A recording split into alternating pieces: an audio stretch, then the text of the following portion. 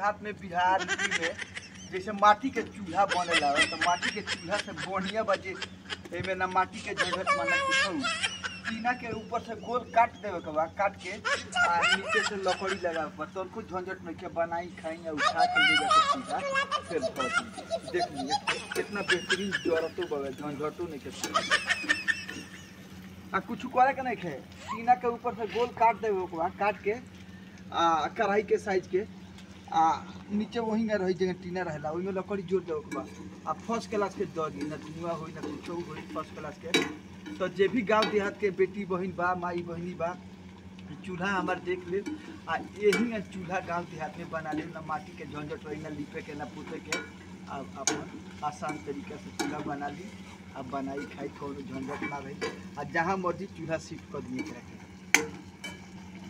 अब देखो